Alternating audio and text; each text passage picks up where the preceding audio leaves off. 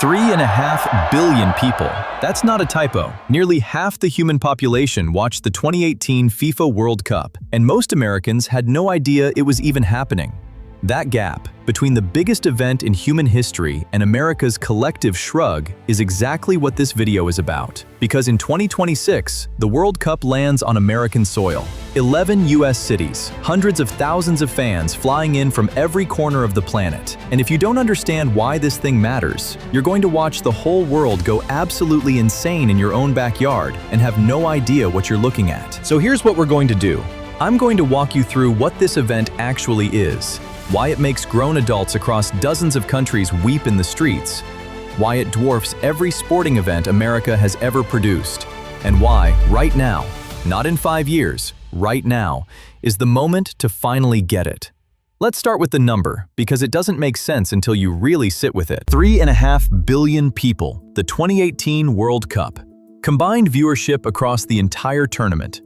To put that in terms that actually land, the Super Bowl, America's biggest annual sporting event, draws somewhere around 123 to 125 million viewers. That's enormous, a cultural institution. People throw parties for it. Companies spend millions for 30 seconds of airtime. It is, without question, the biggest single-day sporting event in the United States. And it's not even close to the World Cup. The 2022 World Cup final, just the final, one match, 90 minutes of soccer, drew 1.5 billion viewers. That's 12 Super Bowls happening at the same time. Multiply every person who's ever watched the Super Bowl by 12, and you're still only at the final. Not the whole tournament, just the last game. So what's actually happening here? Why does this one event pull in numbers that make everything else look small? Here's the thing most Americans miss. When the World Cup is on, streets go empty. Not in a handful of cities, in entire countries. Brazil, Germany, Argentina, Nigeria, South Korea, Mexico. When their national team plays, the country stops. Restaurants close early, office buildings empty out, traffic disappears. In some places, hospitals shuffle non-emergency procedures around kickoff, and police have reported that crime drops during games because everyone, and I mean everyone, is watching. In 2010, South Africa hosted the first World Cup ever held on African soil, and the whole continent rallied behind it. When South Africa played their opening match, the streets of Johannesburg looked like a ghost town. In 2014, in Brazil, cities and government offices simply gave workers the day off whenever Brazil played, because everyone knew nothing was going to get done anyway. This is the scale we're talking about. And it doesn't happen because soccer is the best sport on earth, or because the World Cup is the most exciting tournament ever designed, though plenty of people would argue both. It happens for a reason that's deeper, and it's the part Americans miss entirely. The World Cup isn't really about soccer. I know that sounds strange, but stick with me here, because this is the thing that unlocks all of it. When Brazil plays Germany, it's not two soccer teams on a field. It's Brazil versus Germany. The players aren't athletes representing a franchise. They're representing a country, a culture, a history, a people. Everyone who was born there, who grew up speaking the language, who ate their grandmother's food and learned their country's songs, they're all on that field, all at once. Think about it this way. In American sports, you root for a team. The Cowboys, the Lakers, the Yankees. Those are franchises. They have owners. Players get traded. The roster changes every year. You love the team, but the team isn't you. If the Cowboys lose the Super Bowl, it stings. But you're still you. Your identity is intact. Now imagine if the Cowboys were literally America, not a team that represents America. They are America. Every American alive is on that roster in some spiritual sense. When they lose, America loses. And you feel it personally, the way you'd feel it if someone insulted your family at Thanksgiving. That's what the World Cup is for most of the planet. The national team isn't a franchise, it's a flag. It's a passport. It's every argument you've ever had about where you're from and why it matters. When France won the World Cup in 1998, the Champs-Élysées filled with over 1 million people overnight. Not because they liked soccer, because France won. And for one night, every French person alive felt like they were part of something bigger than themselves. When Argentina won in 2022, and if you haven't seen the footage of Buenos Aires after that final, go find it right now. The streets were so packed, the government had to cancel the victory parade. They were afraid people would get crushed. Millions poured out, crying, hugging strangers, screaming. Not because they're dramatic, because their country won. And in a place that's been through decades of economic crisis, that win was the first time in a long time that being Argentine felt like pure, uncomplicated joy. That's what you can't manufacture. That's what no franchise sport can replicate. And that's why 3.5 billion people stop what they're doing every 4 years. But here's the part that should really hit an American sports fan. Because you actually do understand this, you just haven't connected it yet. Think about the 1980 US Olympic hockey team, the Miracle on Ice. You know why that game still gives Americans chills more than 40 years later? It's not because hockey is America's favorite sport. It's because it was America versus the Soviet Union in the middle of the Cold War, and a bunch of college kids beat the greatest hockey team ever assembled. It wasn't a game. It was a statement. It was identity. It was pride. That feeling, that exact feeling, is what billions of people get every 4 years from the World Cup. Except it's not one game, it's a month of it. 64 matches in 2022, 48 teams and 104 matches in 2026. Country after country putting everything on the line. Underdogs knocking out giants. Legends made in 90 minutes. Heartbreak that lasts a generation. And speaking of heartbreak, this is where the World Cup becomes genuinely addictive, even for people who've never watched a minute of soccer in their lives. The drama in this tournament is unlike anything in American sports, and I don't mean that as a dig. I mean it structurally. Once the World Cup hits the knockout rounds, it's single elimination. The stakes are almost incomprehensibly high.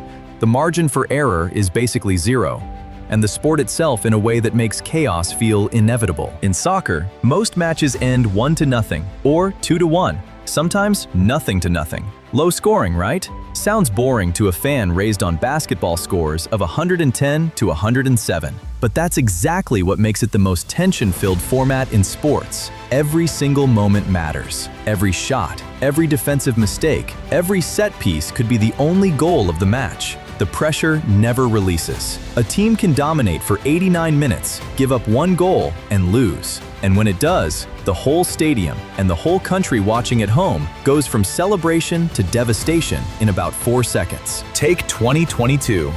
Morocco. A country that had never made it past the round of 16, knocked out Spain, then Portugal, then nearly beat France in the semifinals. The entire Arab world, over 400 million people, was watching.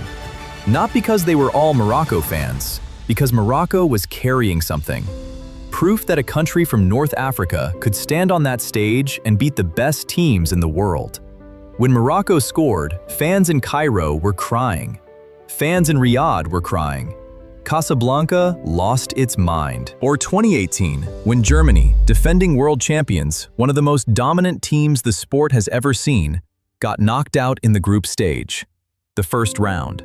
Before the knockouts even started, the whole country went into collective shock. Players wept openly at press conferences. It was a national crisis over a soccer tournament. And that's the thing, it wasn't just a soccer tournament. It never is. That's what makes it impossible to look away once you understand what you're actually watching. Now here's the question that probably brought you to this video in the first place. If all of this is true, why hasn't America cared? The honest answer is simple. America missed the window when the rest of the world fell in love with soccer, and then built its own sports culture so dominant that there was no gap left to fill. The NFL, the NBA, MLB, the NHL, world-class products. American sports culture is genuinely incredible. There was no void, and soccer for a long time felt like a foreign import that didn't quite fit. MLS launched in 1996 and spent years treated as a retirement home for aging European stars. The national team was solid, never spectacular, so the cycle just kept turning. Americans didn't watch because they didn't care, and they didn't care because nobody had given them a reason to. But something is shifting, and it's shifting fast. Then, in 2023, Lionel Messi, widely considered the greatest player who's ever lived, who just won the World Cup with Argentina months earlier, chose to come to the United States. He signed with Inter Miami, Not England, not Spain, not France, Florida. And the reaction was insane. His games shattered MLS viewership records on Apple TV. Inter Miami sold out every stadium they visited. Cities that had never cared about soccer were suddenly paying attention. That's not a coincidence. That's a signal. MLS has grown for years. New stadiums, new markets, younger fans, better play. Youth soccer participation in America has sat at or near the top of all sports for over a decade. And those kids are now adults who actually watch. U.S. women's soccer has been dominant internationally for years, building a fan base that didn't exist a generation ago. And the U.S. men's team, after embarrassingly missing the 2018 World Cup entirely, has rebuilt around a young, talented core that could actually do something in 2026. The pieces are there, the timing is right, and the fact that the tournament is coming here, to your country, possibly your city, changes everything. Here's what happens when the World Cup comes to town. You don't have to seek it out, it finds you. The fans arrive first. Hundreds of thousands of them, from Brazil, from Mexico, from England, from Japan, from Senegal, from everywhere, filling the streets in their jerseys, singing songs you don't know in languages you don't speak, and the energy is contagious. Then the matches start. Even if you have zero interest in soccer, you'll end up in a bar or a friend's living room when a match is on, and something happens in the 87th minute and the room explodes. And you feel it. You can't not feel it. That's how most of the world got hooked. Not through years of following the sport, through one moment in one match, when something happened that made them feel something they weren't expecting to feel. In 2026, you're going to get that moment.